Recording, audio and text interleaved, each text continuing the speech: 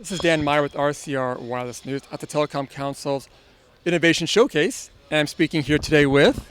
Nikunj Mehta, Falkonry, the Shazam for IoT. Great. Well, maybe you can give us some insight into what the company does and what you bring to the market. Sure. So there are a lot of systems and machines that produce data. So Falconry has brought AI for signals so that we can make sense out of all the data that is coming from machines and systems and equipment. And by doing that, we are able to see what people are able to see and maybe even far beyond. It's all the patterns that people try to apply meaning to when they bring their domain expertise together with data.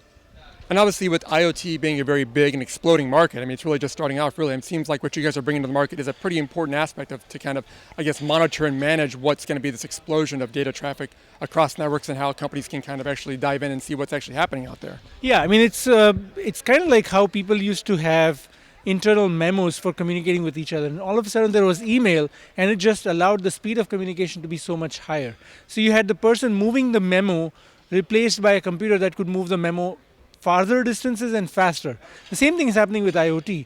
People are bringing all of this data out of systems and connecting up systems so that they can actually apply the power of computation to all of that. And that's what Falconry is really good at. We are actually able to make sense out of the data in a way that a person or an expert trained in that domain is able to do. And we're able to train the computers that run Falconry 10 times, 100 times faster than what people learn in their job. And that's where AI really meets these industrial systems. Good. And how's the innovation going in terms of the support for all of this? Because obviously it does seem like this is a growing, expanding market right now. How important is it to make sure that there's enough support from the industry for what you guys are trying to do in the market? Yeah, that's a great question. I mean, I've been doing this now for a number of years, and what I find is that finally there is equal amount of excitement on the side of people who want to acquire and use this as on the side of people who are making it. And so I think that balance has come in, and that helps in the form of events such as this Telecom Council event to bring together both parties in a scalable manner for the market to really thrive. Yeah, how important is this event for you guys? Because it does seem like it's a very condensed meeting environment, really, and it seems like you're able to meet a bunch of companies at one time in a short amount of time. How important is that for your overall business model?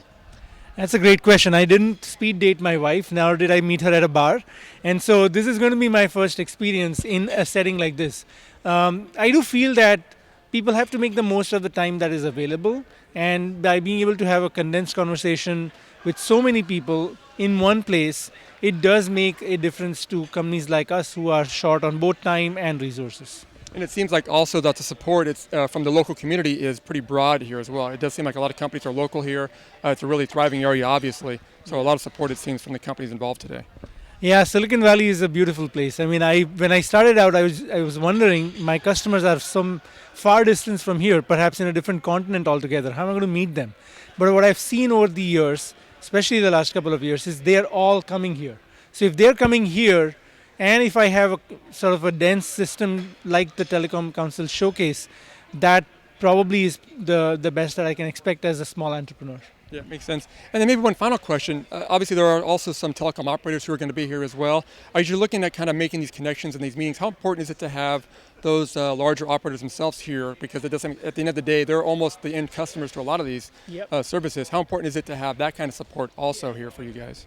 That's another great question. So, in one way, Falconry is like a highly advanced network equipment, like a switch that is making sense out of all the data that is flowing in and producing data that people can use.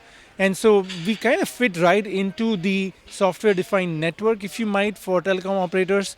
And for them, it allows them to go up the value chain in offering something that can actually derive value from the data. And so I think it's a win-win. We're looking forward to seeing a lot of people here. Many of them are telecom operators or who supply gear to the telecom operators. And you guys obviously have IoT, you've got SDN, so you've got two of the biggest acronyms in the market right now. So that's got to be two pretty big things for you guys right now. Well, I don't believe in the business of acronyms or buzzwords. But yes, I agree that it does bring together these themes. AI is another very important theme. But the reality is that these have become big themes because people see the promise of these things. And that's where a lot of people get attracted. So I guess for us, it's simply about a purpose and a function that Falconry serves. And it just so happens that as people build out their software-defined networks, they are going to want to put more intelligence into that software-defined network, and Falconry is that intelligence. That sounds great. Well, again, this is Dan Meyer with RCR Wireless News at the Telecom Council's Innovation Summit. Thanks for watching.